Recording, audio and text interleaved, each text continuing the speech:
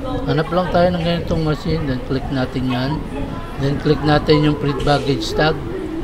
Then click natin yung enter booking reference. Type nyo lang yung inyong 6-digit booking reference. Makikita nyo sa inyong boarding pass sa inyong cellphone. Kung nag-online check-in kayo. Ayan. Hanapin nyo na lang yung pangalan nyo. Then click continue.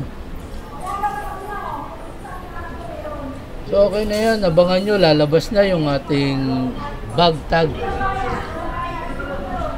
Ayan ang ating bag tag. So kabit natin yan sa ating bag. Then punta na tayo sa counter.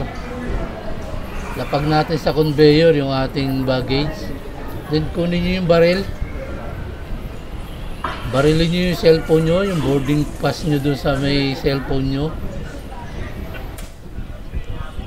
Then barilin nyo yung inyong bag tag. May barcode dyan sa inyong bag tag. Barilin nyo rin yun. Then pag nag-match, okay na. Lalarga na yung ating bagahe. So easy lang, no? Oh.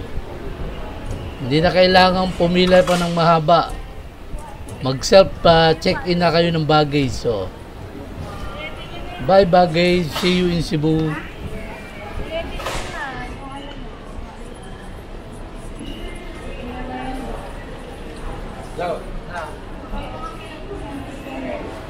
Pwede mo na.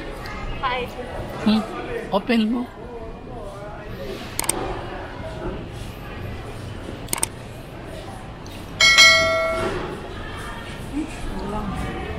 Ay, Rian.